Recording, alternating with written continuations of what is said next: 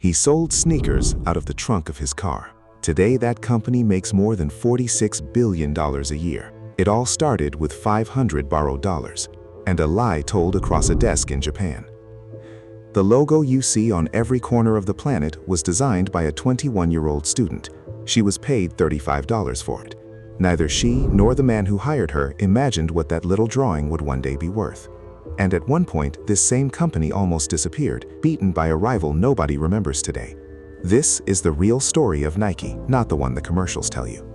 In the early 1960s, World Athletics had an owner. Two German brothers, Adolf and Rudolf Dassler, had cut ties years before. One founded Adidas, the other founded Puma. Between them, they controlled almost the entire serious athletic footwear market. Phil Knight ran middle distance at the University of Oregon. His coach was Bill Bowerman, a man obsessed with the weight and design of his runners' shoes. In 1962, Knight was finishing a master's degree at Stanford. He wrote a paper built on one simple idea. Japan could manufacture quality running shoes cheaper than the German ones. That same year, he flew to Japan to test his theory. He walked into the offices of Onitsuka Tiger, a Japanese athletic shoe manufacturer. He introduced himself as the head of a company called Blue Ribbon Sports. That company didn't exist. Knight invented it on the spot, sitting in front of the Japanese executives. He convinced them. Onitsuka Tiger agreed to ship samples to the United States. Knight needed money to pay for that first order. He borrowed it from his own father. He mailed a few pairs to Bowerman, his old coach. Bowerman was impressed by the quality. He wanted in on the business. On January 25, 1964, Knight and Bowerman officially founded Blue Ribbon Sports. Each put in $500. With that money, they bought 200 pairs of Tiger shoes. Knight had no store, no office. He sold the shoes straight out of the trunk of his car. He drove to high school track meets across the entire Pacific Northwest. He'd pop the trunk and sell shoes to runners, one at a time. For the first 6 years, Blue Ribbon Sports never manufactured a single shoe of its own. The entire company depended completely on a foreign manufacturer that could cancel the contract whenever it wanted. And in 1971, that's exactly what started to happen. The relationship with Onitsuka Tiger fell apart. Knight suspected the Japanese company was quietly lining up a different U.S. distributor behind his back. Blue Ribbon Sports needed its own brand, its own name, its own symbol. Knight had no budget to hire a design agency. At Portland State University, he met Carolyn Davidson, a graphic design student. Davidson mentioned she couldn't afford her painting supplies. Knight offered her freelance work at $2 an hour. She handed him several sketches. One was a simple curve, inspired by a wing. Knight wasn't fully sold. "I don't love it, but it'll grow on me," he told her.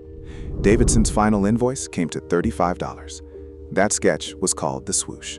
The company's name changed to Nike, after the Greek goddess of victory. That same year, Bowerman was solving a different problem in his kitchen. The University of Oregon's new track surface was hard and slick. Runners were getting hurt. Bowerman looked at his wife Barbara's waffle iron, a wedding gift from 1936. He saw the grid pattern and had an idea. He poured liquid urethane straight into the waffle iron. The iron was destroyed, but the mold worked.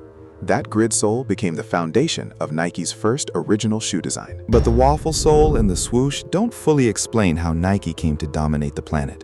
Before that, the company nearly lost its footing to an inventor who'd been rejected 23 times.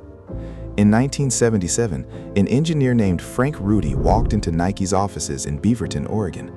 Rudy had worked on gas molding technology for NASA. He had one idea: seal pressurized gas inside a rubber chamber under the sole of a shoe. Before reaching Nike, Rudy had pitched that idea to 23 other shoe companies. Every one of them turned him down. They thought it was a gimmick with no real substance. Phil Knight and Bill Bowerman were skeptical too at first, but Knight tried on a prototype himself and changed his mind on the spot. In 1978, Nike released the first pair with that technology for the Honolulu Marathon. It was called Nike Air. In 1980, with that technology as its flagship, Nike went public. The money from the stock offering let Nike compete head-to-head with Adidas and Puma. But at the height of that momentum, a blow came that no one at Nike saw coming. In the mid-1980s, a company called Reebok discovered a market the rest of the industry had completely ignored: women doing aerobics. Jane Fonda's workout videos had become a cultural phenomenon. Reebok launched shoes designed specifically for that audience. In 1987, Reebok overtook Nike in US sales. A year later, in 1988, Reebok brought in $1.8 billion. Nike had fallen behind at $1.2 billion. The company that had invented pressurized air footwear was no longer number one in its own industry. That same year, 1984, 4 years before losing the top spot, Nike had made a decision that would end up saving it. It signed a rookie NBA player who didn't even want to meet with the brand. His name was Michael Jordan. He preferred Adidas. His agent, David Falk, convinced him to hear Nike out. Nike offered $2.5 million over 5 years. It was triple any athlete endorsement deal at the time. On top of that, they gave Jordan 25% in royalties on every shoe sold under his name. That was practically unheard of for an athlete back then. In 1985, Nike released the first Air Jordan. The internal goal was $3 million in sales over 3 years. In a single year, that shoe brought in $126 million. In 1988, while Reebok still dominated the market, Nike launched a new phrase to reposition the entire brand. Ad man Dan Wheaton had something in mind that he'd heard years earlier. In 1977, in Utah, a man on death row named Gary Gilmore was awaiting execution for 2 documented murders. He was asked if he had any last words. He answered, "Let's do it." Wheaton took that phrase, adjusted it, and turned it into "just do it." He never revealed the origin publicly until decades later. Nike never used the case in its advertising and never mentioned it in any campaign. With Jordan, with the swoosh, and with that phrase, Nike clawed back the top spot in the US market by the end of 1989. Reebok, which had ridden a single passing trend, never became the industry leader again. But Nike's growth across Asia carried a cost the company took years to acknowledge. In 1991, a researcher named Jeff Ballinger published a report on working conditions inside a Nike factory in Indonesia. A year later, at the Barcelona Olympics, there were public protests over that report. Human rights organizations documented that through the 90s, Nike paid less than $1 per day per worker in Indonesia. In Vietnam and China, documented wages were under $2 a day. There were verified complaints of exposure to toxic solvents inside the factories, with workers reporting dizziness and respiratory problems.